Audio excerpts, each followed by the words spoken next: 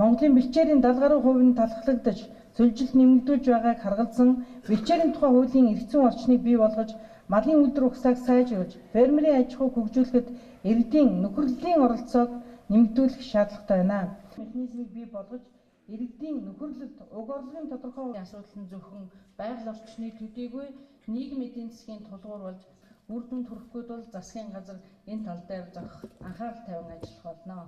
Энэхүү чуулгуулалтаар Өргөн зөвхөн хүнд төлөөлөлтөд одоо Монгол Улсын засгийн газар байгууллагын үндэсний эднийг байгалийн нөөцийн хамтын менежментийн өнөөгийн байдал менежментийн асуудал нь зөвхөн байгаль орчны асуудал төдийгүй бэлчээр ашиглах байгалийн гамшиг төр иргэдийн хамтын ажиллагааг шин шатанд гаргахад томоохон алхам болно гэдэгт итгэлтэй байна. Унган нутаг усныхаа соргог манай төрийн нүд чих болж байгаа.